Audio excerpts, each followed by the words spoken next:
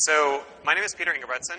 I'm a senior software engineer at Electronic Arts, Maxis, and I've been working on Sims games for a little bit over 12 years across a wide variety of Sims titles. I've mostly been focused on AI, simulation systems, and simulation tools. And most recently, I was lead gameplay engineer on The Sims 3. I'm also lead gameplay engineer on The Sims 4. I'd also like to introduce my colleague, Max Rubashadis. Max will be joining us on stage for Q&A, and he was instrumental in both designing and developing the systems that we're going to talk about today. Let me start by talking a little bit about The Sims 4. One of our goals with The Sims 4 was to make this the most natural iteration of The Sims in terms of how characters behave and how they feel. So we put a lot of thought into what makes Sims look more believable and more natural. And I'm going to talk about some of the technology that came out of that. So I'm going to talk about what Sims do and how we decide what makes sense for Sims to do. I'm going to talk about the way that we actually run interactions for the Sims, the system that we have for intelligently discovering where Sims should go in order to perform interactions, and a concrete application of this system for social. Finally, I want to give you guys a chance to ask questions. So let's start by talking about interactions. Interactions are the fundamental unit of behavior that Sims use to do things. First, though, if you haven't played The Sims, let me talk a little bit about The Sims architecture. In The Sims, the world is built using game objects. Fundamentally, almost everything in the world other than the architecture is an object. Objects provide interactions. Objects have affordances for things that Sims can do in order to interact with those objects. So, concrete example, there's a bed. A bed lets you sleep. A bed lets you nap. A bed lets you do other things. Rocket ship. You can take a rocket ship up into space. All of those things are objects that you can put into the world, and it means the world is very modular. Sims are objects too, so that allows Sims to perform interactions on Sims. Sims run interactions. Like I said, interactions are the fundamental unit of behavior. And interactions basically encapsulate all the things that a Sim needs to do in order to perform some behavior on an object. So, one of the limitations of running interactions in many games, and especially in previous Sims games, is you could only do one thing at a time.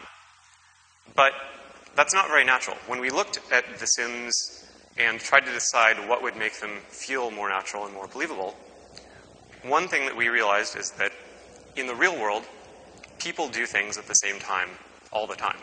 For instance, people will stand around in a bar, drinking drinks, chatting with people, sitting down. Sometimes people will stand and sit and talk with each other. It seems very natural when characters in a game can multitask. It's also a frequently requested feature. People have asked in many games for Sims to be able to do things at the same time. Finally, a systematic approach to being able to do multitasking is extremely valuable. We've had the ability for Sims to eat dinner and chat with Sims around them in previous Sims games, and that was pretty compelling. But building multitasking in an ad hoc way, building it on a per-system basis, is a lot of work. It means that you have to write custom logic for each sort of thing. Also, it has inconsistent results. It means that sometimes you can multitask with some interactions, but you can't multitask with other interactions. And a consequence of building a sort of non-systemic form of multitasking is that, generally speaking, you don't get multitasking across most interactions in the game. So the next thing I want to talk about is the difference between concurrency and multitasking. Concurrency, running multiple threads of execution at the same time, is incredibly important from a performance standpoint on modern computers. But, as most of you probably know, writing multi-threaded programs is extremely hard. You can run into all sorts of problems of race conditions, deadlocks.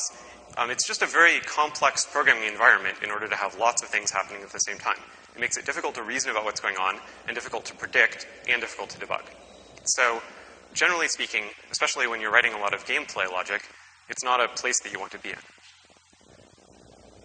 So, multitasking, as I'm going to define it, is doing context switches in a cooperative way among multiple different behaviors. Multitasking gives the illusion of doing things at the same time. However, it doesn't have the same complexity cost of actually running simultaneous behaviors. It also turns out that it's, in some ways, realistic. In the real world, people's brains work this way. There's a lot of psychological research that shows that people multitask by switching between different things that they're focusing on. So here's an example that I'm going to work through for sort of the rest of the talk. In this example, we have a sim who's doing a series of things. First, my sim is going to grab a drink. They're going to sit down in a chair and then start sipping the drink that they're holding. Then they might turn on the TV. They might do some sort of idle, like yawning. They'll channel surf on the TV, sip the drink. Maybe they're done with the drink, so they'll discard it. Now they're going to laugh at whatever's on the TV. And then maybe they're done watching TV, and they want to switch to a book and read a book. So I want to show you this happening in the game. So in this little sequence, first what's going to happen is basically we're going to go through and grab the drink, sit down in the chair, and start sipping the drink.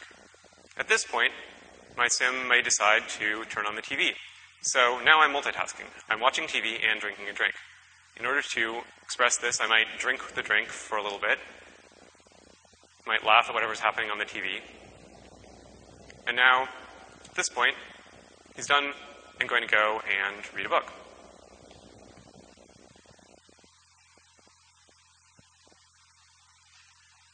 So you saw this sequence. Let me unroll this in a slightly different way that shows a little bit of what's going on under the hood.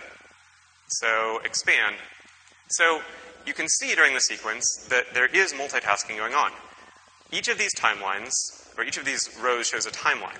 In the blue timeline, my sim is drinking. They grab a drink, they sip the drink a couple times, and then they discard it. In the yellow timeline, my sim is sitting. They sit down in the chair, and then they maybe do some idles that are appropriate for sitting down. In the orange timeline, my sim is turning on the TV, playing with a remote, maybe laughing at what they're seeing, and then turning off the TV. Finally, in the cyan timeline, which we only saw a little bit of, the sim has started to read the book. The sim is multitasking during the entire period where there are overlapping timelines. So it's a sort of limited form of multitasking when they're just sitting down and drinking, but you can imagine the more things that you stack up together, the more behaviors are being expressed simultaneously. Let me zoom in on this orange timeline and define some of the terms that we use. So this orange section is an interaction. It's the watch TV interaction. An interaction has a beginning, turning on the TV. Then it has some number of sub-actions. Sub-actions are things that your sim can do while they're watching TV to express TV behavior. In this case, they can surf the channels and they can laugh. And then when they're done, there's an end to the interaction, which is turning off the TV. So I'll talk more about running interactions, but I want to talk a little bit about interactions just to set them in context. Every sim has a set of active interactions. Those are the current interactions that the sim is expressing at any point in time. A sim also has a queue of pending interactions. Those are the interactions that either the player or our AI systems have decided make sense for the sim to perform. Sub-actions are those small bubbles that appeared inside the interactions. Sub-interactions run inside active interactions. So sub-interactions are interesting. There are a couple rules that they have to follow. The first is a sub-interaction must be compatible with every running interaction.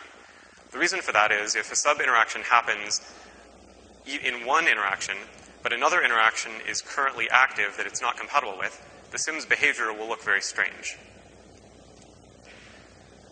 We also run them fairly frequently, so they need to be relatively cheap to decide for autonomy to pick. So we just select them using weighted random.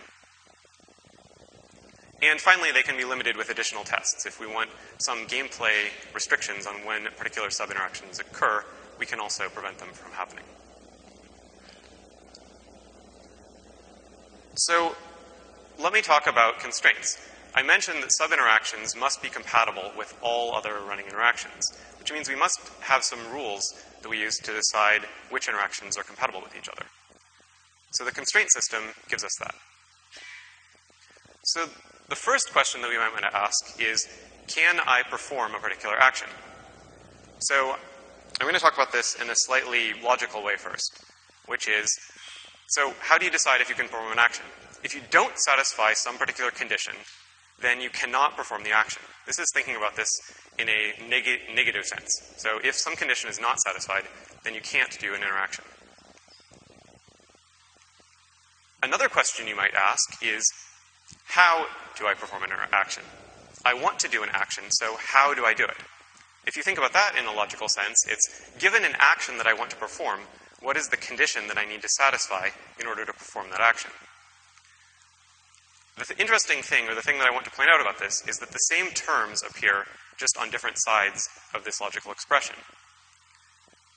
If we can take advantage of that, we can avoid duplicated logic by having to express in two separate pieces of code these sort of related concepts. So the system that we've developed, the constraint system, allows us to express the preconditions on performing an interaction in a way that lets us use them for double duty. So constraints are data-driven rules. Data-driven is very important because we want to allow content creators to add a lot of content to the game without requiring engineering for everything. Constraints are preconditions on running an interaction. A constraint is something that must be satisfied for a sim to perform an interaction.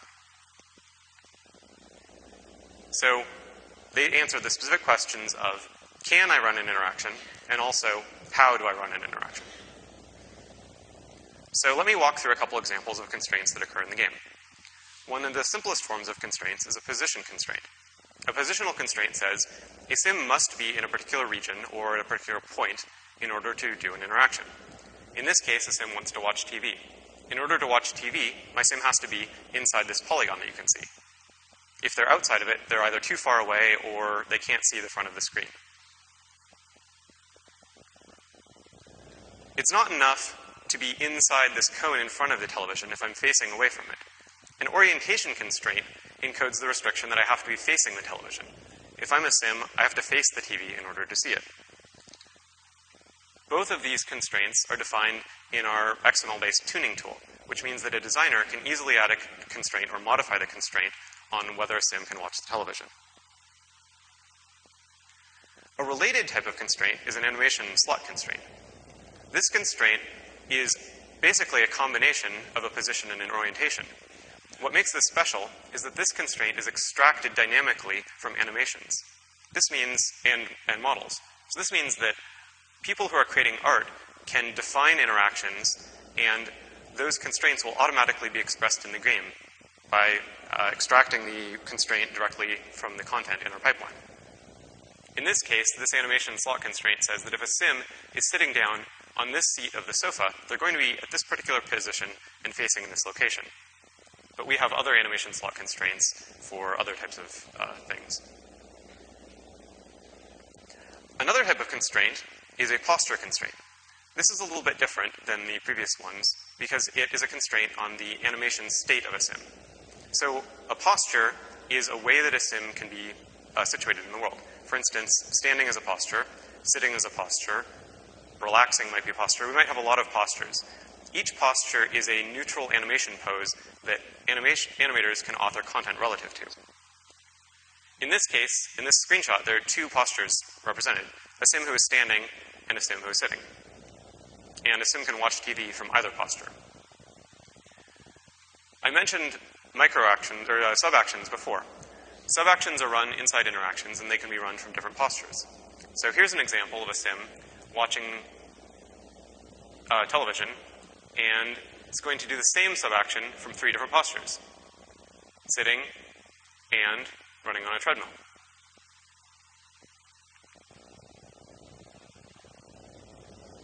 We also have constraints on what is in a sim's hand. So the simplest sort of that constraint is a constraint that says we don't actually care because the interaction doesn't need the hands of the sim. If the sim is watching television, that interaction doesn't actually use the hands for anything long-term. Another type of constraint is an object-in-hand constraint. If my sim is drinking a drink, they have to have that object in their hand in order to drink it while holding it. So this constraint says the object must be situated in one hand or the other. We can also have a constraint that says that an interaction needs both hands. In this case, the use the computer interaction requires both hands because one hand has to use the keyboard and one hand has to use the mouse. Finally, we have an object on surface constraint. This constraint says that the object that a sim is going to interact with must be on a surface in front of them so that they can access it. So one thing that I'll point out about these last couple examples is the drink-a-drink that you can interaction can be performed either while the sim is holding the drink or with the drink on the surface. I'll talk a little bit more about how we do that. We also have a constraint that says that the sim needs an empty surface. We use this when the sim is going to create an object and put it down on the surface. In this case, the sim is cooking, and they need to put a cutting board down. So they need to find a counter that is appropriate for doing that. The line of sight constraint is a modification of the positional constraint that's used for cases where a sim needs to see an object. In this case, a sim can only watch the television from one part of the room. If they're stuck behind the wall, then they won't be able to see the screen. So what we do is we compute the line of sight in terms of a visibility polygon for the television. That constraint then modifies the allowable locations for viewing the television. Finally, we can have scoring functions that also modify constraints. The scoring functions are a little bit different because they don't eliminate particular areas in terms of a constraint. Instead, they prioritize where a sim, or they cause a sim to prioritize where they will go within a constraint if they have multiple options. The reason that we do this, the reason that we have this, is because in order to support multitasking in as many situations as possible, we often cause or author constraints to be relatively large. For instance, when sims are socializing with each other, we probably want them to be relatively close to each other and facing each other because that looks pretty natural. However, we also would love to support the ability of sims to socialize while doing different activities far apart from each other, in the cases where that makes sense. So we allow a permissive constraint on socialization and then modify it with a scoring function. In this case, the scoring function weights higher positions in which sims are close to each other and facing each other. I'll show some more examples of this later. So I mentioned that constraints are relatively data-driven. Our constraints come from a couple different sources. Many of the constraints are extracted from animation. So positions are extracted from animation, posture information comes from our animation tools, and carrying information comes from animations also. Some data comes from our XML tuning. For instance, geometry constraints, orientations, surface information. We can also add constraints directly from scripts. So for instance, the scoring functions that you saw, tuning on them comes from our XML tuning. However, we can also add the functions themselves from script. The same goes for line of sight. So constraints wouldn't be that useful for multitasking if they couldn't be combined. Multitasking, by doing multiple interactions at the same time, combines the constraints from those interactions.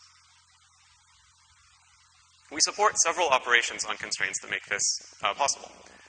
Constraints can be intersected with each other. The intersection of a constraint combines all of the individual subconstraints. So for instance, intersecting two geometric constraints together results in a polygon that is the intersected polygon of all of the things that are combined with it.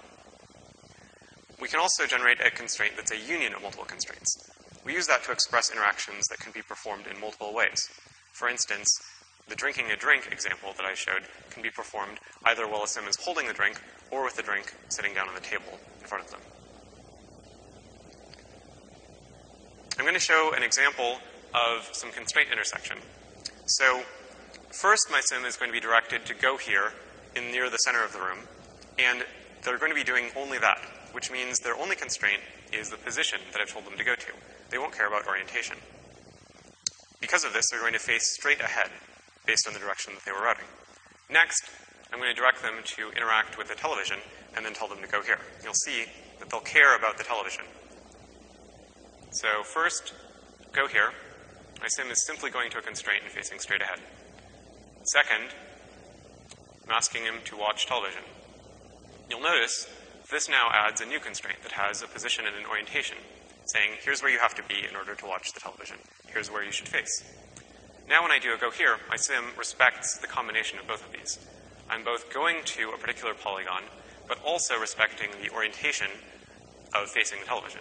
And you'll see that the constraint is intersected with the constraint of the television. So I don't go outside the cone that is acceptable.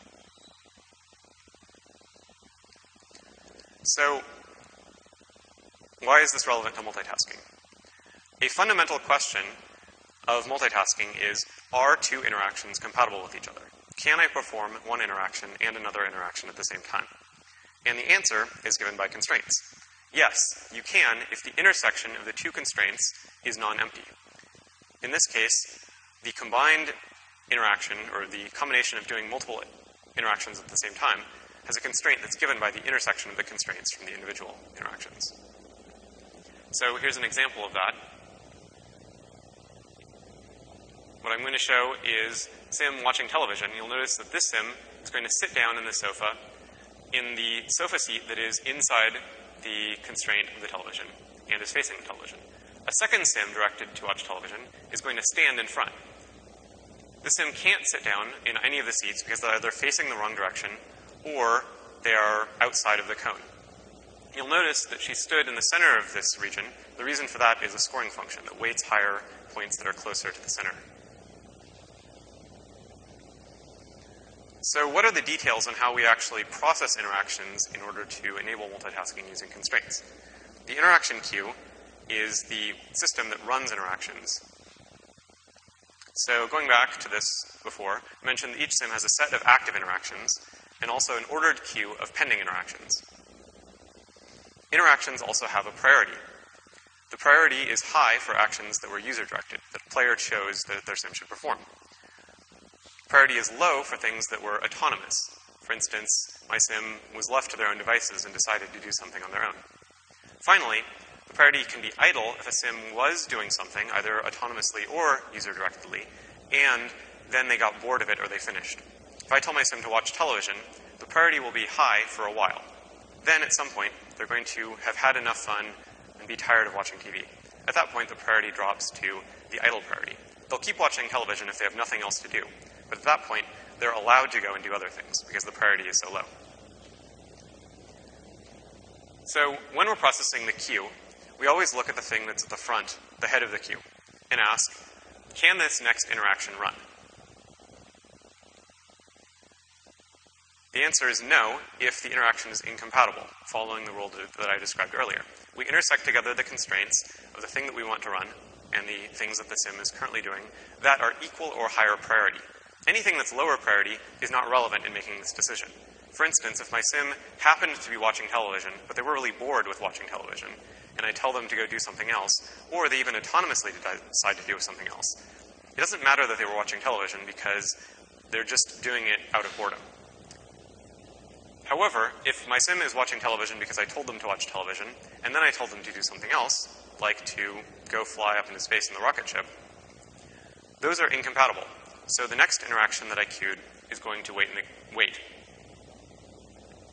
On the other hand, if it can run, then what we do is we cancel anything that is currently active and is incompatible and is lower priority. So we only get here if we know that we are compatible with all of the equal or higher priority things. Sometimes there will be nothing lower priority that we need to cancel. But if there is something lower priority, then it's gone. Finally, we start running the interaction and add it to the active set of interactions. So in this example that we walked through before, a sim is drinking, sitting, turning on the TV, and reading a book. I'm going to run through what this looks like in the interaction queue and how it interacts with the constraints on this interaction. At the beginning, my sim is just drinking, has drink, sit, watch TV, and read book queued up. I've told my sim to do these things, and so far, they're not doing anything at all. So drink is the first thing that we evaluate. And its constraints are, you can drink anywhere. It really doesn't matter whether you're sitting or standing, but you must be holding the drink. Since my sim isn't doing anything right now, they don't have any constraints on them. They don't care about where they are. They don't care about their posture. And they don't care about what they're holding. So this is definitely compatible compatible, and compatible. That means it's allowed to run. Now we're going to consider whether the sim can sit. So sitting requires being on the seat. That's compatible with holding the drink, since the drinking can be done anywhere. Sitting requires the sitting posture. Drinking can be done sitting or standing, so those are also compatible. Finally, sitting doesn't care about the hands, so those are compatible. So we combine them, and now the combined constraint applies to the sim.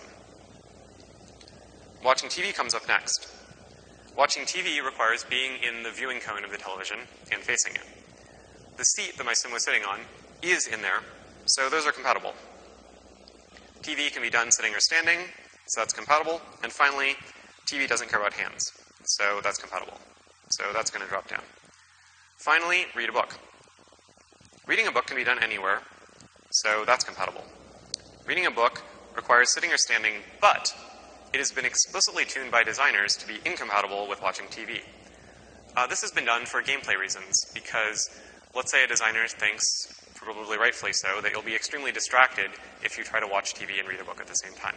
So it just doesn't make sense. It doesn't look natural for Sims to do both of those things. So in the tuning tool, the designer can explicitly add a override that says these interactions, even though you could theoretically perform them at the same time, are not compatible with each other. So these are going to be blocked. Also, reading a book requires holding the book in two hands. My sim is currently holding a drink in one hand, and reading a book takes long enough that it doesn't make sense to juggle those things around. So the hands are obstructed, which means that it's also incompatible there. So because of this, reading a book is going to sit in the queue and wait to run. So eventually things are going to start canceling. Let's say my sim finishes the drink that they were drinking because they're done with it. Now we have to reevaluate the constraint. At this point, we don't care what's in the sim's hands, and the book requires both hands, so these now have become compatible. However, read book is still blocked because it's incompatible with television. Eventually, my sim is going to become bored of watching television, or maybe I, as a player, cancel this interaction. So now we reevaluate and find that reading a book is actually compatible with what the sim is currently doing, which means this drops down. So the final state of the sim, as you saw, is sitting on a seat, not watching TV, and holding a book in both hands. So just running through this really quickly, you can see the sim is going through this exact same flow. First, they sit down. First, they grab a drink, then they sit down. Next, they're going to turn on the television after they're done playing with the drink. Now, even if read a book is queued up, it's not going to run until I've finished drinking my drink, and it's still not running because he's watching TV. Finally, TV is done, so he's going to go grab the book and then sit back down. So I talked about how constraints allow us to answer the question of, can another interaction run? And I talked about how knowing whether an interaction can run because it's compatible lets you run multiple things at the same time. Now I want to talk about the other half of this, how we use constraints in order to drive behavior and choose where a sim should perform an interaction in a way that makes the most sense and is compatible with everything else that the sim is doing. So constraints can be used to generate behavior. Constraints define the preconditions for performing an interaction. If I want to watch television, I have to be in this cone in front of the TV and facing it. If I want to drink a drink, I have to be holding the drink in my hand. This means, or this is something that can be used generatively. So if I know that I have to be inside this cone, I can also say, well, go to the cone. If I know that I have to hold the drink, then I can say, go pick up the drink. This requires a system that can find a transition to a particular constraint. So given the sim's current state, given the thing I want them to do, we need to generate behavior that goes from my current state to this new state. The system that we built that does this is called a transition graph. So every single constraint on objects are stored in an abstract graph. I say an abstract graph because it's not necessarily a physical graph that's situated in the world, although some of the constraints do have positions in the world. But some of the constraints are logical, like sitting or standing. The edges in this graph are state changes. For instance, going from sitting to standing is a state change. Going from one place to another place, picking up or putting down an object are the sorts of things that appear in edges. That means that we just have to search the graph from my current state to the state that I'm going to in order to generate a transition sequence, a sequence of state changes that get me from the current state that I'm in to the state that I would like to be in order to perform an interaction. Let me show you a picture of the transition graph. This is a high-level view that shows a couple things, but it's sort of too much going on here to see, so I'm going to zoom in on a little section. So in this little section, the first node at the top is standing near a table and carrying a drink. Second node is standing near a table and the drink is on the table. And this third node is sitting at the table with the drink on the table. So you can imagine that a transition from the top node through the middle node to the bottom node represents the behavior of carrying a drink near a table, then setting it down, and then sitting down at the table.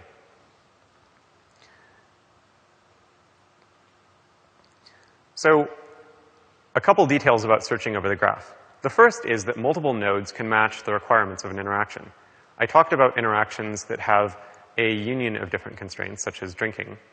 And also, sometimes constraints are big enough that there might be multiple objects that satisfy the constraint. For instance, a television cone might have multiple chairs that are compatible with it. Edges in the graph are weighted by a cost. So we've defined for every sort of transition how bad it is or how expensive it is in order to perform that transition along that edge. Any edge that involves routing from one location to another location is weighted by the approximate distance. And so we've put all of the units of all of these weights in terms of distance so that everything can be measured against, every cost can be measured against other costs. In this way, searching over the graph by taking the costs into account determines the optimal path, where the optimal path is really the one that looks the best because it doesn't make the sim either go out of their way or perform transitions that seem to take too long. This allows us to handle the case that there are multiple nodes, because the sim will naturally find the nodes that look the best given where they're trying to go. This is where scoring functions also come into play. So here's an example. What I'm going to show is a sim who is doing a search over the graph in order to perform a relatively complex behavior. At the beginning, my sim is going to hold some food, then they're going to carry it down and set it down on a table, and then they're going to move to a new spot. So you'll notice in here, I'm eating some food, and I've directed my sim to go and sit down at a table, and he's going to set his food down, because it makes sense if you're sitting to eat your food from on the table. Now, if I tell my sim to go and sit in a different chair, what they're going to do is pretty smart. Instead of just leaving their food behind, what they're going to do is actually pick up the food and take it with them. The reason they can do this is because eating the food, they don't really care exactly where it is. So what they're going to do is go sit in the other chair, because that's what I told them to do, and bring the food along. So the graph that you saw is pretty big. We've had to do a couple optimizations in order to make it efficient. One of them is doing a bidirectional search. We search both from where the sim is currently and also backwards from where the sim might want to go. Once those meet up in the middle, we've found the path that is the most efficient. We also have simplified the graph in some ways. For instance, sims can carry things in the right hand or their left hand, and expressing every possible way that a sim can carry something in the graph would increase the number of nodes by a lot. So in order to save memory, we basically restrict the nodes to thinking about whether a sim is carrying or isn't carrying. Similarly, there might be multiple different places that you can put an object down on surfaces, and we abstract that away. And the system that searches over the graph just does some smart things in order to take that into account when it's searching. Finally, one of the things that we have to do quite frequently is search for whether there are nodes that can satisfy a particular interaction. So we have to do the querying of, given a particular constraint, where are the nodes that satisfy this? So we've built some indices onto the graph that make it fast to do queries positionally or for other criteria. Let me talk about an application of this multitasking and constraints in socialization. Socialization is an incredibly important feature in The Sims. It's something that happens a lot in the real world, and it's something that we want to look very natural. And socialization is something that also multitasks very frequently. You can socialize with people while you're doing other things. So here's an example of a couple Sims, and what I'm going to do is show them joining each other in a social group. So the first Sim comes in and joins, and you can see that they're standing at some particular location, which is, there's a lot of debug visualization going on here. So what you can see is there's an outer polygon, which is the overall constraint. Then there are some other polygons, which are visualizations of how we compute our scoring function that computes where the most appropriate location is for a Sim to stand. So in this case, this Sim has decided that they should come and stand off to the side because that's a place where they could easily fit in the conversation. When a fourth Sim comes in and joins, they're going to go and stand on the other side. You'll notice that they're not standing in a perfect square. We aren't putting down a polygon and saying, go to the corners of the points in this polygon. Instead, the scoring function is computing, based on a heuristic, which points make the most sense. And because we're calculating the scores for socialization in this way, we can also take into account the other interactions that Sims are running. In this example, I'm going to show that. Here are two Sims that are socializing with each other. They'll start off by socializing without doing any other interactions. But after I tell them to watch television, they'll be able to socialize with each other while watching TV in a way that feels very natural. So here they are socializing without any other things going on. When they're told to watch TV, you'll notice they both turn to face the TV, but they're not facing it directly. They're also facing each other a bit. They talk with each other and perform socials. Here's a joke. But they're also watching television at the same time.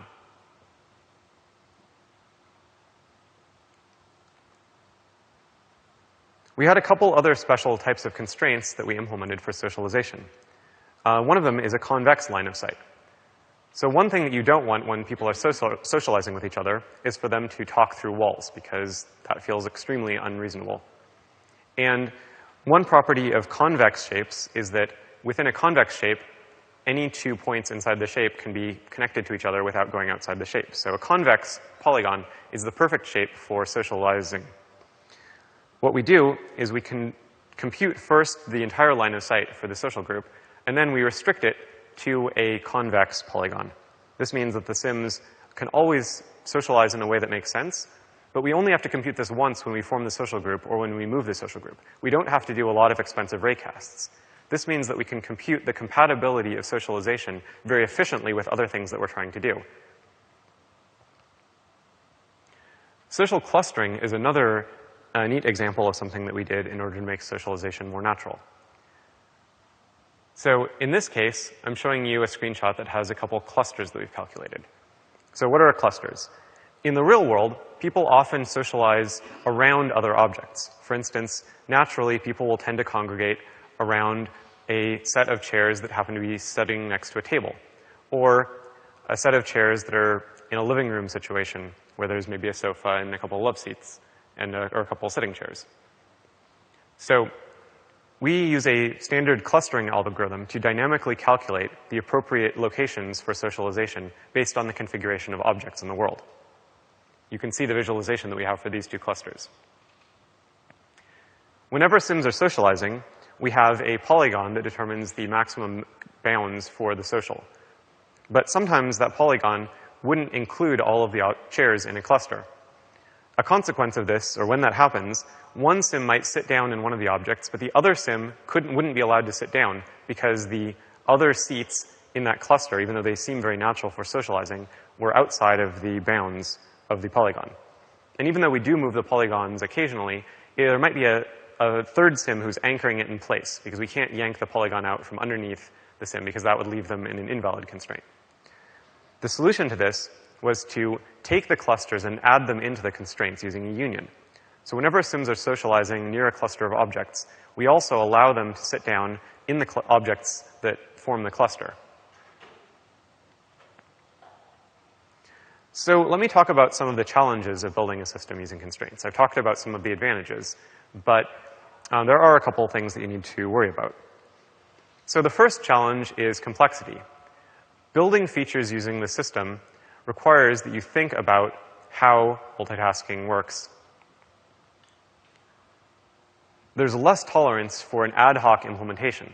I can't just take something and put it into the game without thinking about how it's going to interact with other interactions, or it won't support multitasking. I have to express features using constraints, or else those features won't play nicely with other features. So I could definitely put things into the game, but they wouldn't multitask, and one of the goals that we have is for things to multitask very nicely. Because I have to express things using constraints, or express interactions using constraints, I have to think more about exactly what those constraints are going to be and how they'll drive behavior. Authoring content is also more complex. You have to think about many more things when you're authoring content that is where the content itself is driving the constraints. So whereas in another type of system where people are just putting content in the game and it affects only the visuals of the game, you might be able to break the visuals but not break the behavior. However, when the content itself is driving the behavior, then content creators must be more aware of the consequences of that content and whether it's going to work. We also have more complex data. There's a lot of tuning or things that I described that come from tuning data. And that means that our tuning data can have a significant impact on the behavior of sims in the game. I think that's really valuable. We want our tuning data to be powerful. But it also means that our tuning data is pretty complex, and there's a learning curve for putting content in the game. There also are challenges that come from player expectations. If sims can multitask all the time, then they will multitask all the time. So excessive multitasking is something that naturally arises out of a system like this unless you do something to stop it. When we were first playtesting multitasking, people were surprised and confused by how many different things sims were doing at the same time. We actually built a system that models the attention that sims have on particular interactions in order to address that. So when a sim is performing several interactions, they have to devote some attention to those interactions. And a sim will actually decrease the score of adding additional interactions into their state. So when sims are autonomously deciding what to do, we decrease the score of doing those new things based on the amount of attention that they would have to devote to those things and to things they're currently doing. A player can still direct their sim to do lots of multitasking if they want, but sims won't do it on their own unless it makes sense. Another challenge is communicating compatibility information to the player. When players can queue up lots of interactions and then they run using a system like the one that I described, there can be surprises, because sometimes it's hard to tell from the way things are organized in the world exactly where the boundaries are going to be between whether a sim can perform an interaction and whether they can't perform an interaction. So we've put some effort into figuring out how to communicate whether things are compatible or when things are compatible. Finally, there's sort of an uncanny valley if sims can perform many things in a multitasking way, but there are some interactions that can't. Those interactions stand out and feel sort of sad, potentially. So for that reason, we've tried to support multitasking in as many scenarios as possible. So the main takeaway from this, I think, even if you're not building a Sims game, is that the best rules are the ones that can be used both to restrict and to drive behavior. Because that means that you only have to write the rules once, and you can use them for two very powerful things. It also means the rules will never conflict with each other. You never get oscillatory behavior where somebody thinks that they can do something, or the system that's driving behavior tries to drive something, but then it isn't actually compatible with what the sim is doing. Also, if you want to support multitasking, you need to have composable rules. The way that we do multitasking is by combining together the restrictions on all of the things that the sim is doing. But that requires that our rules are authored in a way that supports combination.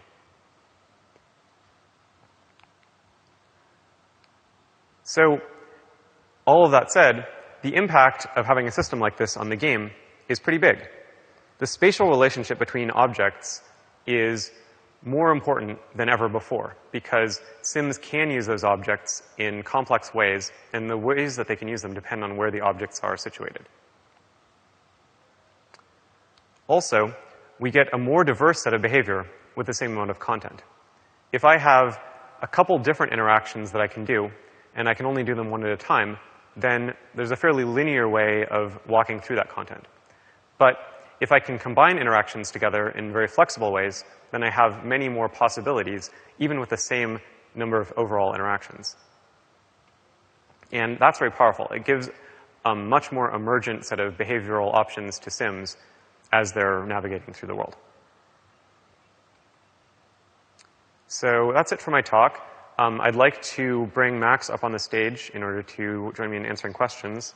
I'd also like to send out a big call of thanks to the Sims 4 gameplay team, and especially to Charles, Tom, and Bruce, who've been working with us on the system quite a bit.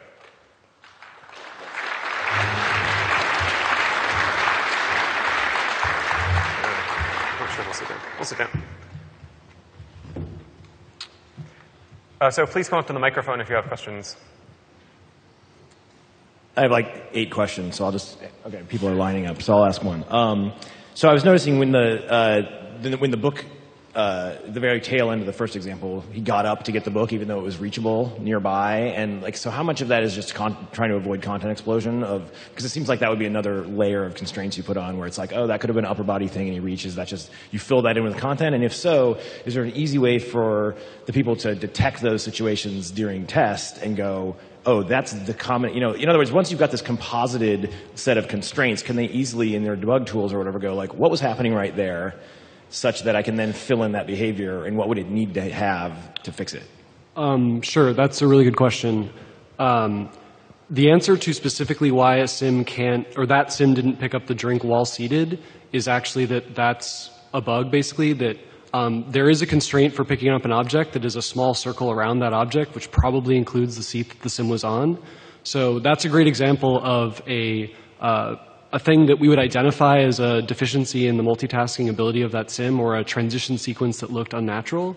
And we would find out, what exactly that would be based on the transition graph. Like, why exactly isn't there an edge in that transition graph that represents getting that drink into your hand while remaining seated? I believe that actually does work today, for what it's worth. Hi, I'm wondering if you could elaborate a little bit more on the difference between a interaction and a sub-action or sub-interaction. Do sub-interactions, for example, have their own set of constraints? Is it possible to do an interaction where some of the sub-actions are maybe incompatible but others are? And does that get kind of fuzzy if are you really watching TV if you can't change the channel? Or, I wonder if you can talk about that a little more. Peter mentioned this during the talk a little bit, but the very most important rule for sub-actions is that they are no more restrictive than their super interactions constraints, basically. We do a pass when we're loading the game to ensure that all the sub-interactions of a super interaction follow that rule. So we can generate reports that say, hey, you've added a sub-interaction to this suite that is not actually compatible. So for the most part, the guarantee is if you're in the super interaction, the main interaction that you're doing, you can do every single piece of behavior that's underneath that umbrella. Yeah, that's really important. I would say that's the fundamental difference between interactions and sub-interactions, and that's actually why sub-interactions exist as a separate entity. Thank you.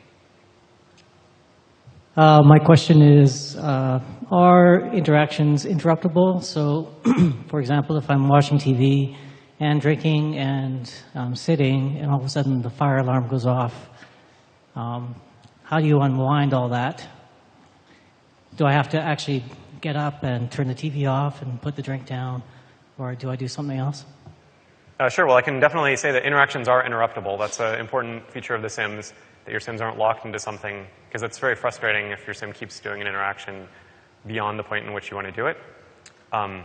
So yeah, definitely, things are interruptible, and they're interruptible in a way that is smart. So I mentioned that interactions have a beginning, a middle, and an end, and the end is going to run when the interaction is interrupted. So that lets us author behavior that goes at the end of the interaction in a way that makes sense. A lot of that behavior is also optional. So we have the understanding of whether an interaction succeeded naturally or whether it was canceled. And there's often behavior that will only happen after an interaction if it was completed successfully. For example, if a Sim is eating food and they take that through to completion, then they may pick up their plate, go to the sink, and wash the dishes. If the fire alarm goes off while they're eating, they're most likely just going to leave it on the table and run for their lives. Thank you.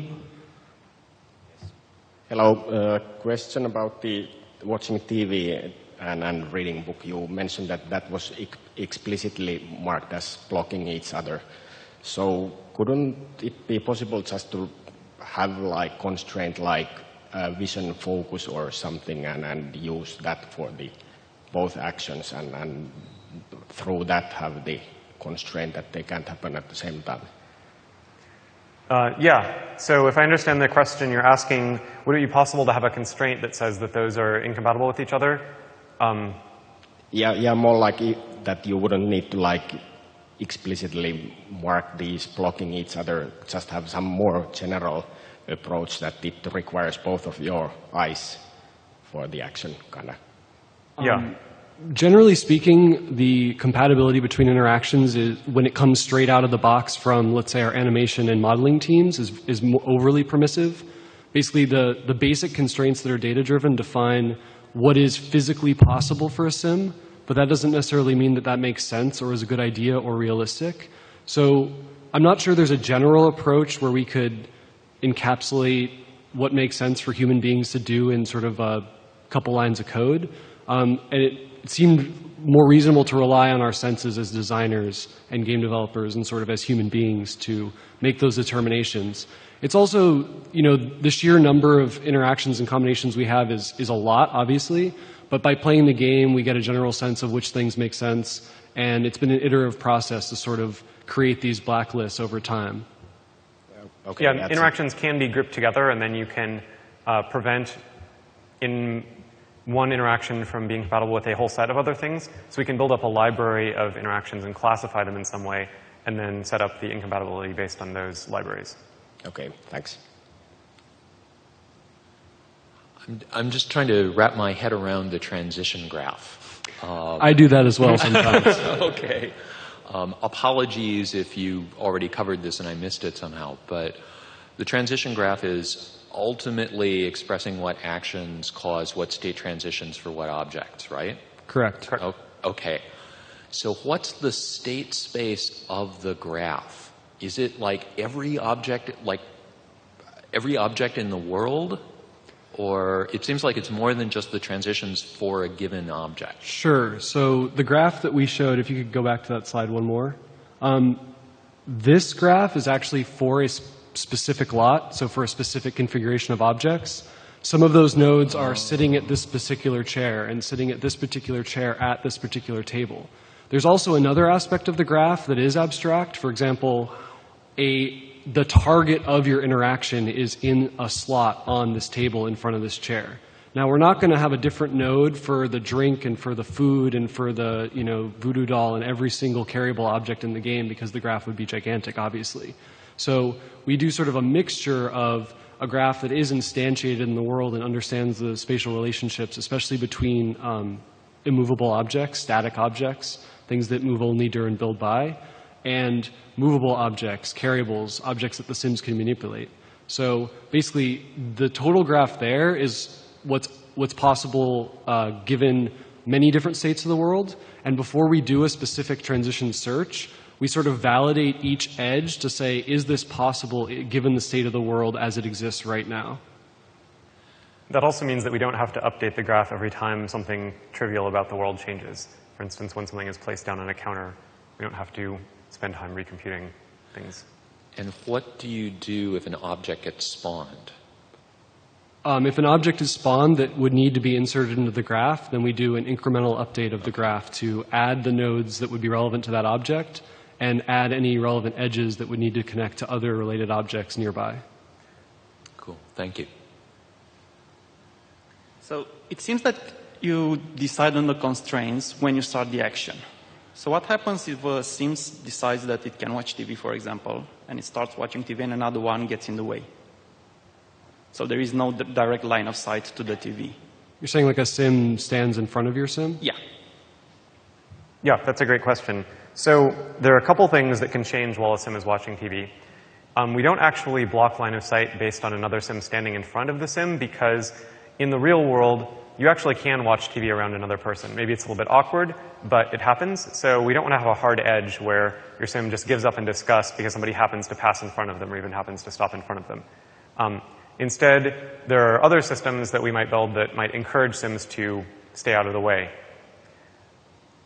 There are some things that can change, however, which would invalidate line of sight. For instance, the player could pause the game, go into build mode, and place a wall down in front of the sim. Whenever we exit build mode, we validate, we recompute if the world has changed and validate the interactions of the sim in order to prevent the sim from continuing to watch TV in an invalid location. Yeah, the line of sight constraint for that particular TV would be regenerated when you exit build by. It would no longer include the sim, and the interaction would be canceled. All right, thanks. So I'm not sure if I'm remembering correctly, but it said that when you're watching TV, it didn't care about the hands of the sim, if I'm remembering that right. But I couldn't help but notice he used a remote control, so if he was using his hands to like hold food. I'm so glad you asked this question. We were saving this bonus content that would only be unlocked if somebody asked this question. Easter egg. What do I win? Let me just page back to it. So the quick answer, or the answer is yes, it's tricky for sims to juggle carryable objects, and we needed a way to get around that especially for really quick cases. For cases like the remote is just a classic example. You only need that hand for a split second. So what we do, basically, is we disappear the previous object and make it happen. Yeah, so I'm going to show this, which is a holstering video. So this shows a sim holding a plate of food and a drink, and in order to actually eat food on the plate, you need to use your hand. So what we're going to see is the sim is going to temporarily get rid of the drink in order to be able to eat this food. So there he is sniffing the food, but now he wants to eat some. So drink goes away, pulls out the fork, and now next time he wants to drink, he'll just pull it back out of his pocket. Little Sims magic for you.